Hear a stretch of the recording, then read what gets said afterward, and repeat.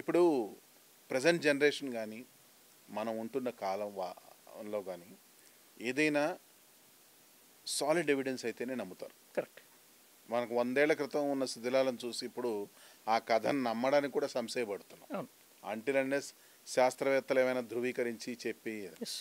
అలాంటి solid evidence ఏమైనా రామాయణం జరిగినట్టు మీ దగ్గర ఉందా? ఒకటి మీరు ఇప్పుడు మనం చెప్పినప్పుడు ఓషనోగ్రఫీలో మనకి ఇక్కడే ఇదే Not the ప్రాంతంలో water చెప్పాం. marking. అది వాటర్ మనకి లోపల రివర్ ఛానల్స్ కూడా దొరికినాయి అనేది మనకి మెన్షన్ చేశాను, లిటరల్గా చెప్పాను.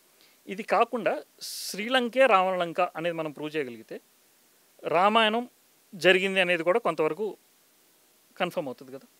సో శ్రీలంక రావణలంక కాదు అనేటువంటి వాదనలు మీరు కొన్ని వినుంటారు, గతంలో వినుంటారు. సో నేను వాళ్ళని టక్కన తప్పే కావచ్చు, కానీ వాళ్ళు వాంటెడ్గా చేసిన తప్పు అయితే కాదు. ముందు కన్ఫ్యూజన్స్ ఎక్కడ వస్తున్నాయో చూసుకుందాం, 2-3 కన్ఫ్యూజన్స్ చూసుకొని దానికి ఆన్సర్ చేసేటువంటి ప్రయత్నం చేద్దాం. సో ఫస్ట్ కన్ఫ్యూజన్ ఎక్కడ వస్తుంది అంటే, శ్రీలంక 100 యోజనాల దూరంలో ఉంది, 100 యోజన దూరంలో ఉంది. యోజనం అంటే సుమారుగా 12 కిలోమీటర్లు.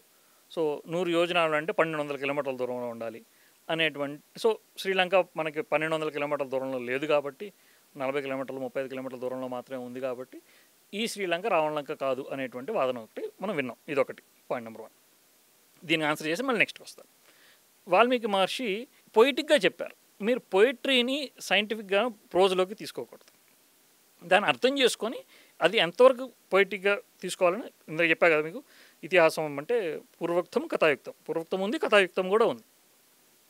ఆయన సీతమ్మ వారిని అపహరించేటువంటి క్రమంలో లంక నుంచి బయలుదేరి ఎగిరే రథంలో దండకారణ్యానికి వస్తూ ఉండగా కింద ఒక పెద్ద చెట్టుని చూసి, అబ్బా ఇది ఎంత పెద్దగా చెట్టు ఉంది, దీని కింద ఎంతోమంది తపస్సు చేసుకుంటున్నారు, ఎన్నో పక్షులు దీనిపైన జీవిస్తున్నాయి, ఈ చెట్టు 100 యోజనాల విస్తీర్ణంలో ఉంది అన్నారు. అంటే చాలా ఎక్కువ పెద్దగా విస్తీర్ణంలో ఉంది అని అర్థం. లిటరల్ మీనింగ్ తీసుకుంటే మరి 12 కిలోమీటర్లు వేసుకుంటే 1200 కిలోమీటర్ల చెట్టు ఉండాలి కదా. అంటే కాశ్మీర్ నుంచి కన్యాకుమారి దాకా ఒకటే చెట్టు ఉండాలి. Which clearly says it is not theoretical, it is poetic. ఆయన బాగా దూరము అని చెప్పేటప్పుడు 100 యోజనము, మరీ బాగా పెద్దది అని చెప్పేటప్పుడు 1000 యోజనము అనేటువంటి పదాలు పొయిటిక్గా స్టార్టింగ్ నుంచి ఎండింగ్ వరకు కంటిన్యూస్గా వాడుతూనే ఉన్నారు.